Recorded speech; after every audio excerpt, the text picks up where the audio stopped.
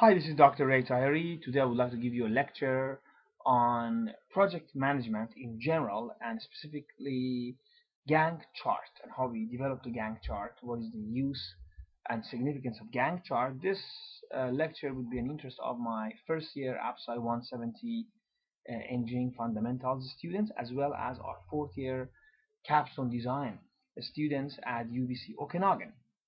Let us start by talking about a project management. Now, how many phases are involved in project management? Generally speaking, there are 5 phases we have to consider. Number 1 is we have to understand or evaluate the scope of the project. What is the magnitude of this project? What are the objectives? What are the deliverables? What are the resources? The next step, which is what we talk today and is very important, it's called developing a plan. We have to develop a roadmap of how we can accomplish our deliverables, how we go from point A to point Z. And of course, we have to launch the plan. Just having it on paper does not makes it to happen, so we would like to execute this planning.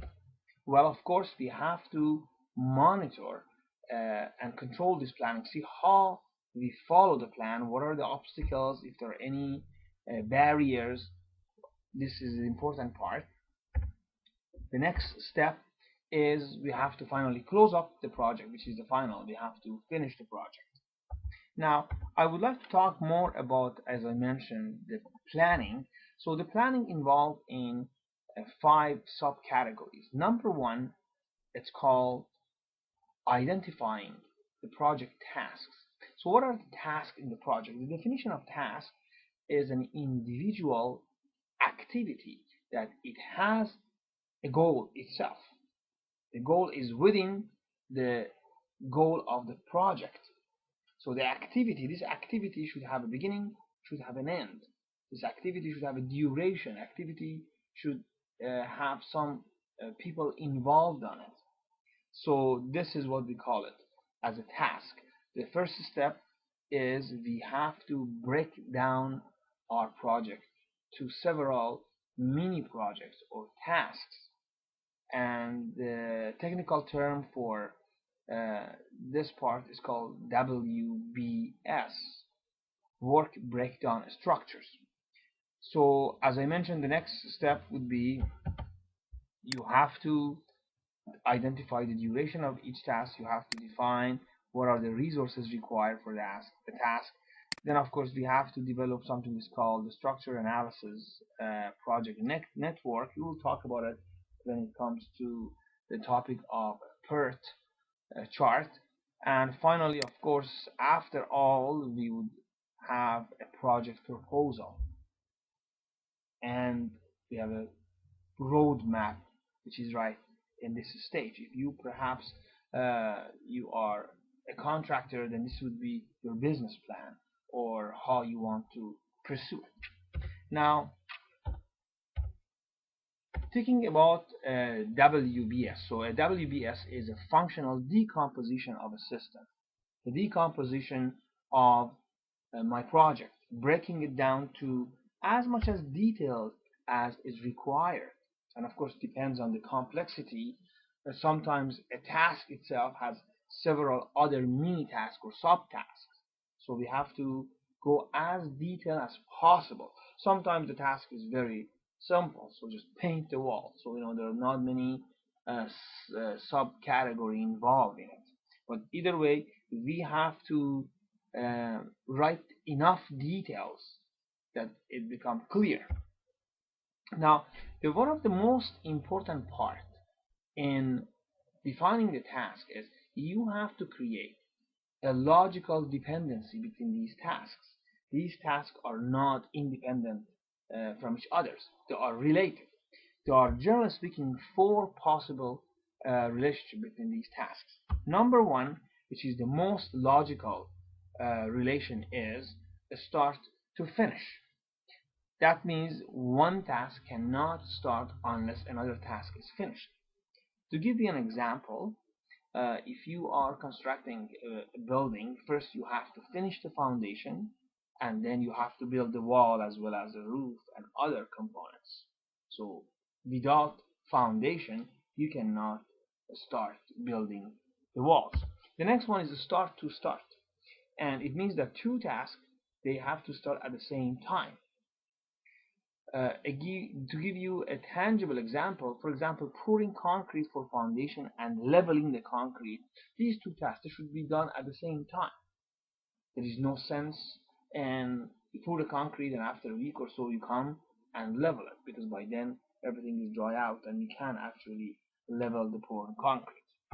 The next logical relation is finish to finish. It means regardless of these two tasks, when they start, they have to finish at the same time. Having said that, logically you have to start. The longer the task, which takes longer time with a longer duration, earlier in order to finish both at the same time. Sometimes when you want to finish the building and you have next task as an inspection, you prefer plumbing and wiring to be done at the same time. So in that case, if you think wiring is going to take a longer time, then you have to start wiring earlier. So one crew are working on wiring, the other crew working on plumbing, and these two crew, they have to start a different time, but they finish at the same time in order to avoid any delay in the next stage, which is inspection. And finally, last but not least, is start to finish, which means the second task cannot be finished until the first task is started. Or in a sense, one task cannot be finished until another task is started. And to give you an example is if you are building again, let's say a residential apartment complex, condominium complex, it's very logical before you finish the entire task of building the project, so you start to pre-sell these condominiums to create some cash flow. So for one task cannot be finished until another task has been already started. So this is the actual logical relation that we have.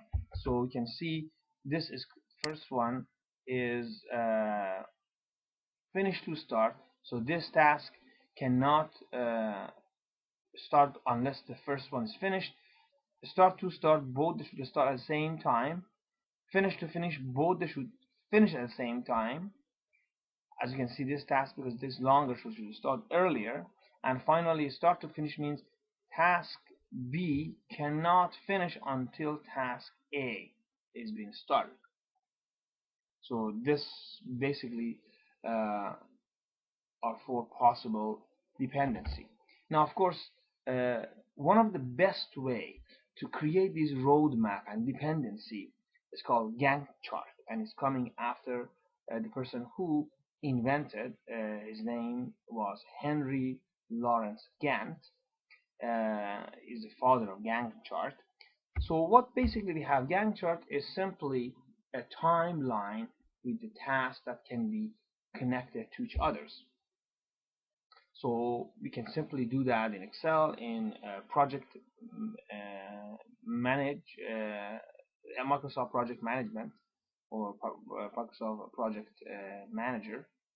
So I have also found out there is another software which is freely available. We talk about it in our next lecture as a series of 3 lectures. We talk about project management.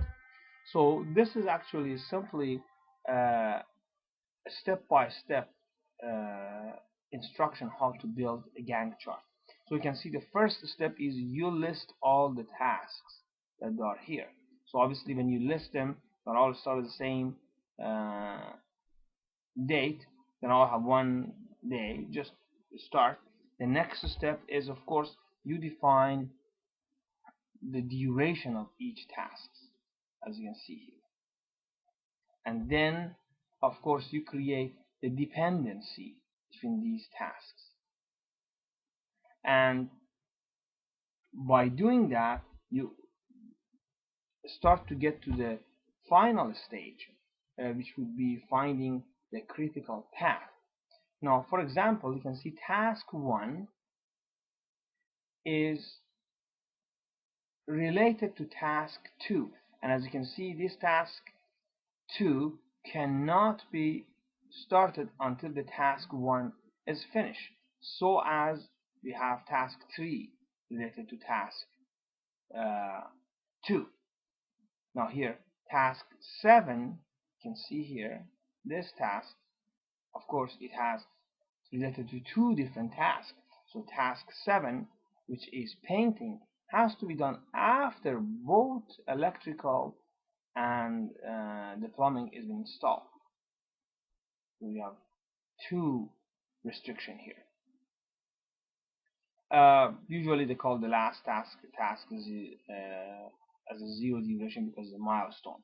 Now, as I mentioned, the next step is to defining the critical path, and by definition, critical path is the longest path that it takes for the project to be finished. So in this case, these are the red ones. So as you can see, these 2 tasks, which is installing plumbing and landscaping, these 2 are not in critical path.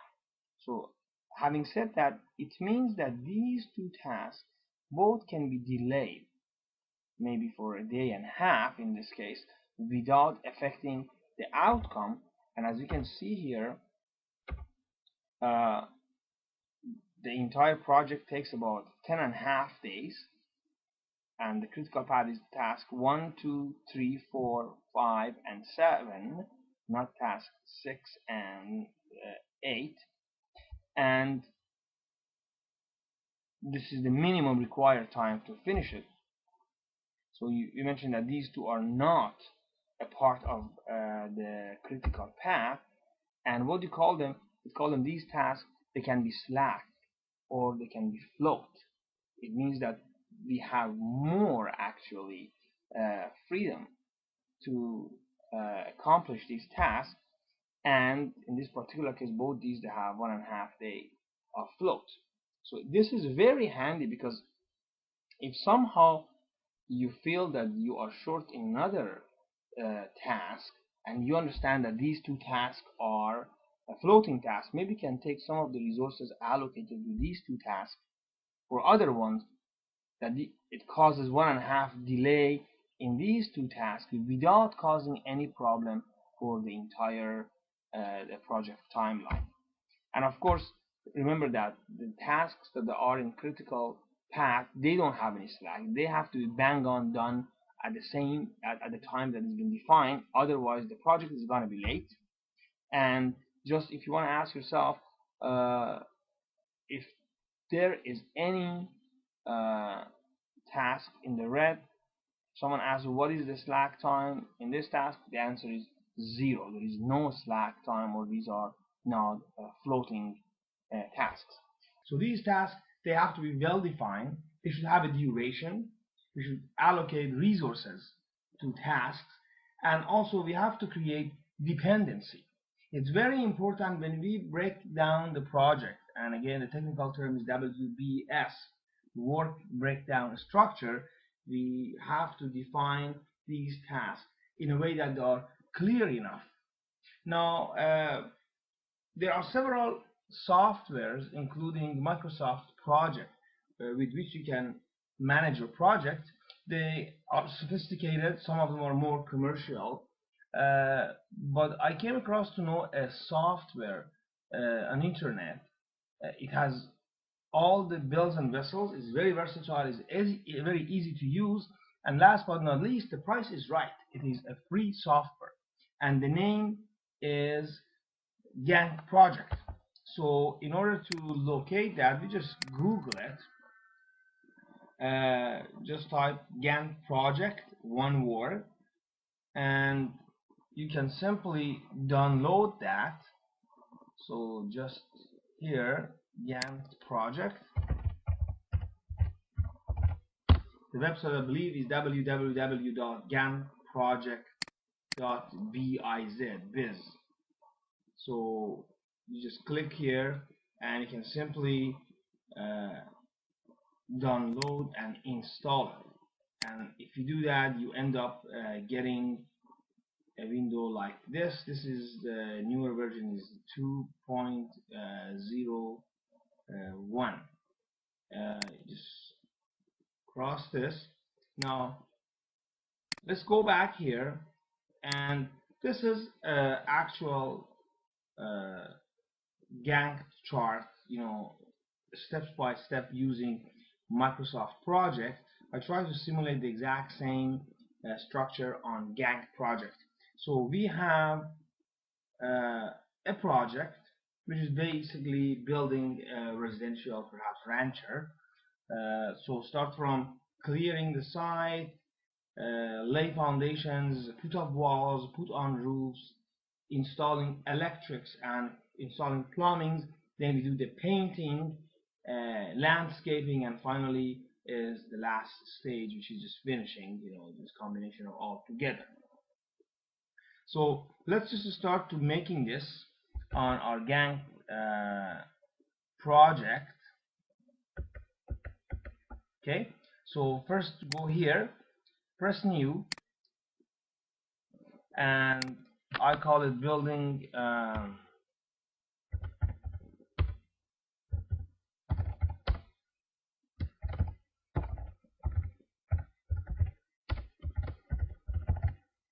rancher, or let's call it UBC Okanagan, and you can put some description. Go to the next. So in this stage, step 2 of 3, basically you have two choices. Choice number 1 is you set as a default, and in this stage only what you do is defining the roles of the participant or group members. If it's default, you might have two choices. You have undefined or project manager. However, if you're developing a software, so in that case you have more choices. As you can see, there are about 8 or 9 choices. So you can click here or the other one, so it doesn't matter. So in this case, let's just click on this and have everything. The next step is defining the number of the working days on a week. So if you are students, you don't have any days off, so as if you're a professor. If not, you just click these two, so you have 5 working days. Moreover, you can go and simply select the country you are in, so it has all the statutory holidays building in. So we have Canada here, and now we are ready to roll. So we have 2 icons here, and you can see one is Gantt and the other one is resources. So what we do, we go to the Gantt here, and all I do here, I click this button here. It says new task. So my first task was clearing the site. So clearing site. The next task is lay foundation. The next one is put up walls. The next one is put on roof. Then we have install electrics. Then we have install plumbing. Then we have painting.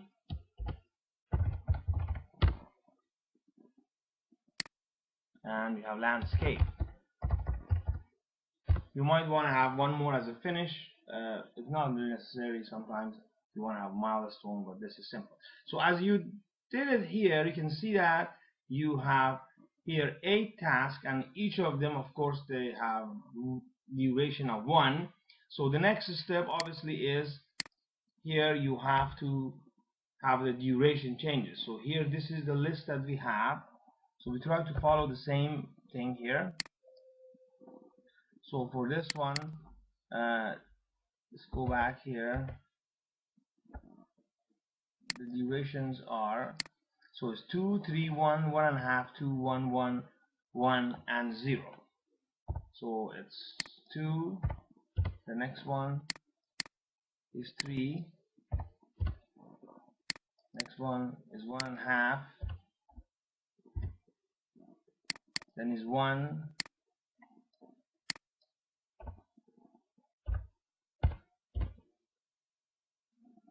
the putting roof, I believe it was 2.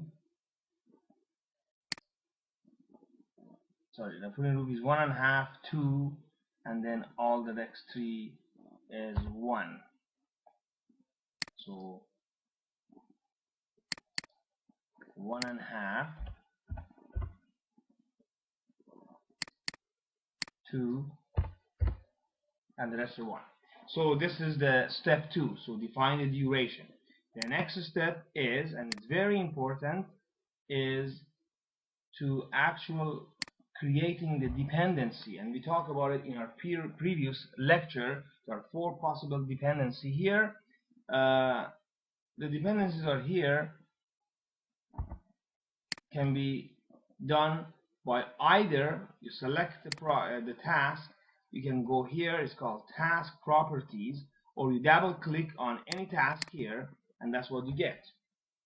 So you have the dependency in here. So as a procedures, so in this particular case, so this is the first task, so there is no dependency. The next one, which is laying foundation, obviously it has a dependency, and the dependency is to clearing the site, and it's finished to start. It means we have to finishing the clearing the site, and then we are able to lay the foundation. So that's here. So the next one is the putting the wall, and obviously the same dependency here. You can go and select here, lay the foundation, or simply, if you want to do it easier, and if this is a very simple, like the most logical is finish to start, if this is the link, you press the control, you select here, and then you select the next one that you want to create the dependency, and then you go and click this link here, and it does automatically. Same thing with the roof. You want to create the same dependency. Oh, actually I clicked the wrong button here, so I made a new task. So you click and control click, and then click here. So this is the logical dependency here. So let's continue. So in terms of the electric, we have the same dependency here. I just clicked these two and make the link. So as the plumbing and roof, they have the same dependency. So link it here. And now in terms of painting, so what we want is the painting has to be done after both installing electrics and installing the plumbing should be done. So in that case, I make the relation once here, and I make the same relation here with this, which is painting, and this the same link. And this is what happens here, right? You can see. So it means this can be finished only after both these tasks are finished. And for landscaping, I believe what we have here is landscaping can be done after putting the roof on. So then the dependency is going to be here. So I can make the same mistake here. So we don't need to add that. So we click here, we click putting on the roof, and then click on links here. So this is the actual relationship that we have here. Now obviously one of the most important things in having a Gantt chart is try to define the critical path, the path that we have zero slack, we have no float. So easily we can accomplish that here by simply pressing here this button, and as you can see that this is what we have. So it means These two tasks that are in lighter blue with no dash, so these two tasks are the tasks that we can have a slack. The rest of them, any of these, they are in the critical path with zero float. Now, the next step here is assigning resources. When we talk about resources, we should think about more than only manpower. So we might call it money, space, tools, equipment, facilities, all of them, they can be a part of our resources. But in this particular case, we simply refer to group members, and here you just go and do the same thing. Click here, define a resource. I write here as student 1. So student 1 is the first resource. You can have the phone and email, and then you can even send an email here. You can define the day of or vacation. So let's just make it a little complex here and say that student 1 it has 2 days off from 12 to 14, so he or she is not available. Press OK here. So you can define the role also here. It could be project manager, or could have any other roles. We defined that at the very beginning that we use the developing software project. It has more options. So we make the next one, I call it student number 2, and student number 3. Let's assume there are 3 students involved in this project. Okay, so the next step is to assigning tasks to these students. So go back here, and you click here and you assign in these resources. For example, this would be student 1 100%, student 2 and student 3. All of them should involve in this clearing the site. Obviously, by doing that, we already made a mistake, because we realized that the student 1, it has 2 days off, and as you can see here, we have the purple bar, which means 100%, on the top of the yellow one. So something has to be done here. So as we continue, we mentioned that student number 1, which is a project manager, has 2 days off, 12 and 13 of October. And when we go to assigning resources, so simply you click here and then you go to the third column, and I did that. I just picked the students and I put like 100%. You can choose different numbers. So let's say for all of them so far we use 100% here, and then you use 100% here, and so as for these ones until we go to this, and still I'm using 100%. Now, as I mentioned, when you go to resources, this particular problem happens here, because if we start the project on October 12, so student number 1, which is the project manager, is not available. So now we have 3 choices here. Either we have to postpone the entire project by 2 days, which you have to go here. Then when this task, which is the first task, clearing the site, you click on it. So in this section here, so all you do, you go here, beginning date, instead of 12 would be 14, and you click here. See, everything is shifted 2 days, but of course this is causing the delay in the project for 2 days. But you gotta go back here. Now things are clear, because these 2 days the person is not available. So if I don't want to do that, so let's go back and cancel what we did here. We start on 12, so the project takes this task takes 2 days. We have the same problem here. So in that case, the second choice would be, maybe we don't need project manager here. So maybe we can remove this person, and then someone else could be coordinator, and this perfectly solve the problem, because we don't need this person for the first stage. And the final solution for this case would be, perhaps you change the timing of here, or change the dependency if it's possible. So we have to see which is the best solution. Or basically another way is that we don't have to, we have to remove that 2 days off from student number 1. So anyway, so I continue adding all until we end up here. Now let's just put the resources defined and allocated for installing plumbing.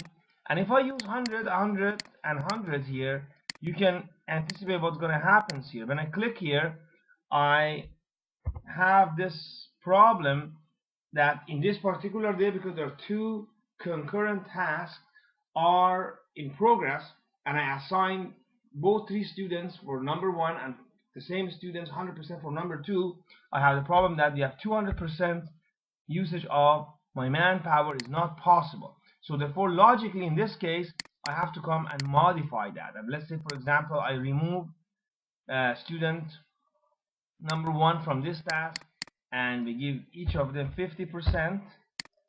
So now, okay, it's good. We have student 2 and 3. So we'll go back here. Still, there's a problem here, and for this particular one, so I have to change it also. I can have a student 1. I have it here maybe 40% and 10%.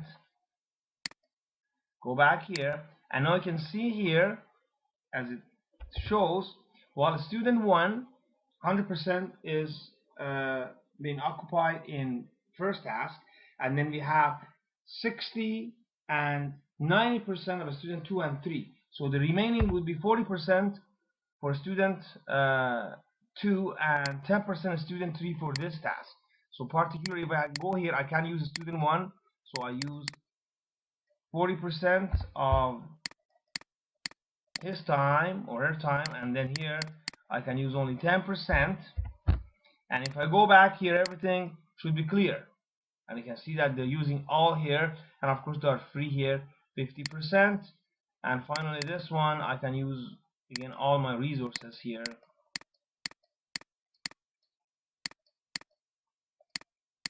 So this is a very important tool to verify how much of the manpower is being used. Of course, in terms of students, perhaps if you're booking the project, maybe you consider only 100% of the time that you can allocate per day. So it doesn't have to be 12 hours or the entire time. We call it 2 hours, and 100% of that 2 hours basically. And maybe someday you cannot do that. Okay, this again, Gantt chart is very important to create a roadmap. It's a live timeline for the project, but also there is other chart that we can use here, and that's the PERT chart. We mentioned about that in our previous lecture, and with Gantt project simply you can define that, and you can see here those 2 tasks which were installing plumbing and landscaping. These are the float one. If I go back here, these 2 float one, and I see here these 2, so they come here in the PERT chart, and it shows that this is the critical path, and this is how long it takes for a project to be completed. You see 2 plus 3 plus 1 plus 1 plus 2. You can add them up here, and this will be how long it takes for the project to be completed. So in this particular case, it's going to be 10 days. And these 2 are the 2 tasks that we don't need to be too concerned about them. You can simply change them here if you want to put it here, or like, you know, whatever step you want. If you have more complex, so obviously you can do that.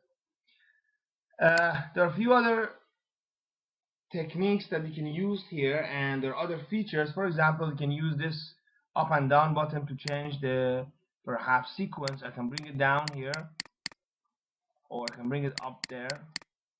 So sometimes, not very often, maybe occasionally, when you have one task, this task has maybe 2 or 3 subtasks under itself.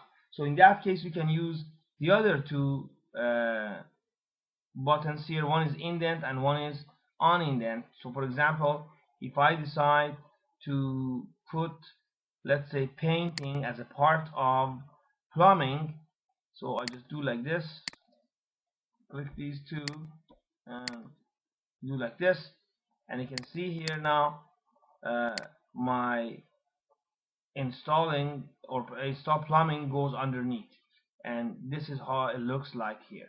So if I want to actually bring it back here, simply I can do that.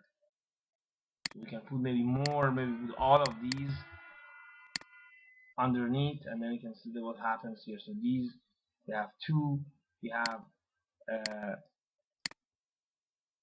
painting has one subtask, which is actually landscaping. Maybe I just magnify a little bit. So painting has landscaping, and we have the second one here, which is electrical, has one subcategory, which is installing plumbing. So if you want to go back here, just simply go here, click here, and you can do that. And of course the relation is going to be changed here. Other features here to talk about is, for example, sometimes you want to add a column here. So in that case, you go here and you click, go to Gantt and click here. So you can add notes, or you can add a column. Let's just assume I want to add a column. It's called duration, and this column I call it double, 2 digits. As soon as you add here, it's gonna come, and then I can add the duration here. For example, 2 days and 3 days, and so on, if I want that. Or I can simply, let's just delete this. So you have to delete it for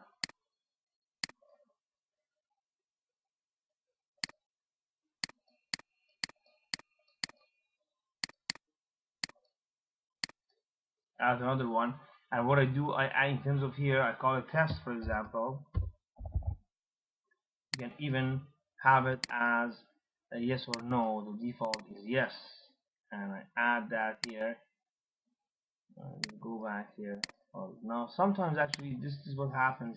Sometimes the graphic get a little stuck here, and I don't know why. Let me just go open and close. Oh no, we don't have much anyway. That's not good.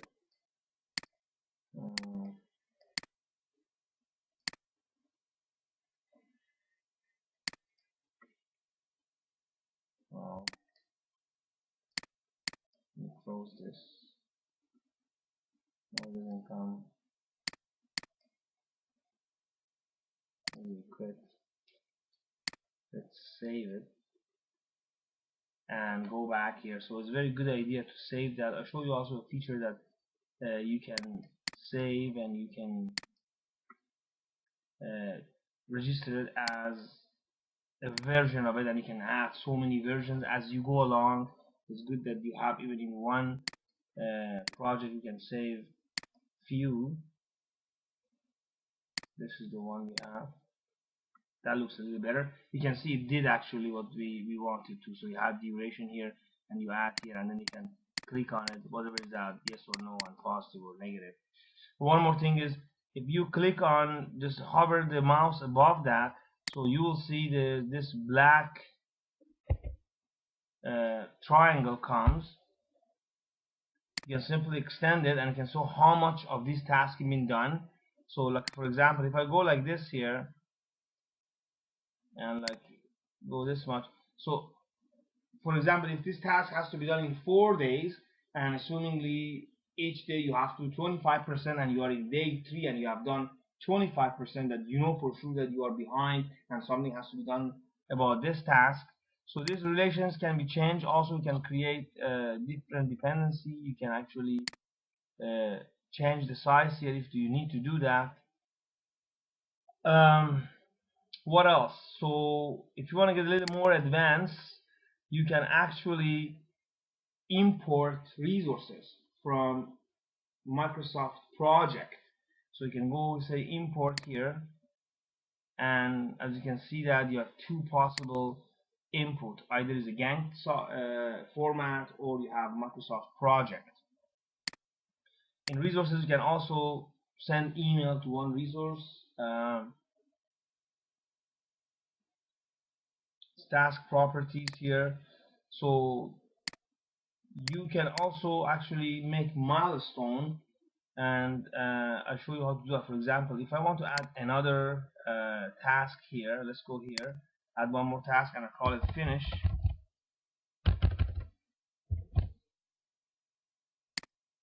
And here, this is my finish. So instead of defining it, I just click here as milestone. You can change the color here, dark blue, and here is going to be milestone only. I can define that this milestone is happening, let's say on 22nd, this part.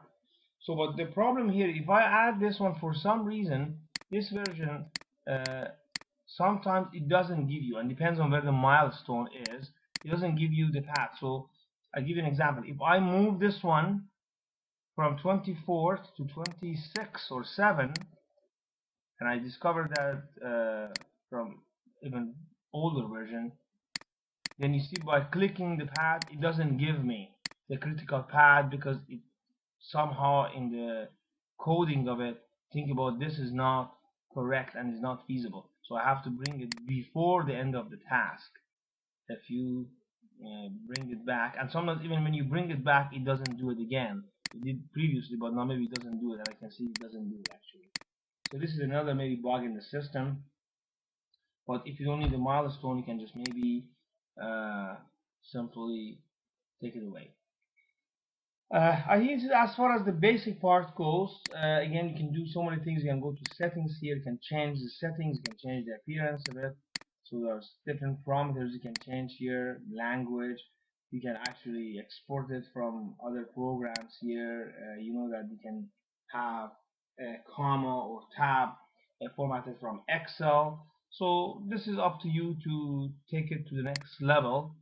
I personally found that it's very easy to use here. Sometimes if your task is too, the whole project line is too small, you can magnify it, and if you're missing where you are, just click here and bring in the center. So if you make it too small, then instead of days, it goes to week, and again, you can go left and right by doing this way. So as I mentioned, you can also save different version of it here. You can show it, you can go here to previous version, previous state, or you can compare it and put it here, save as 1, and this is stage is 1. I can change something and go back and I look at it. Anyway, this is as far as this brief introduction of Gantt project goes. I hope this will be helpful. Thank you very much.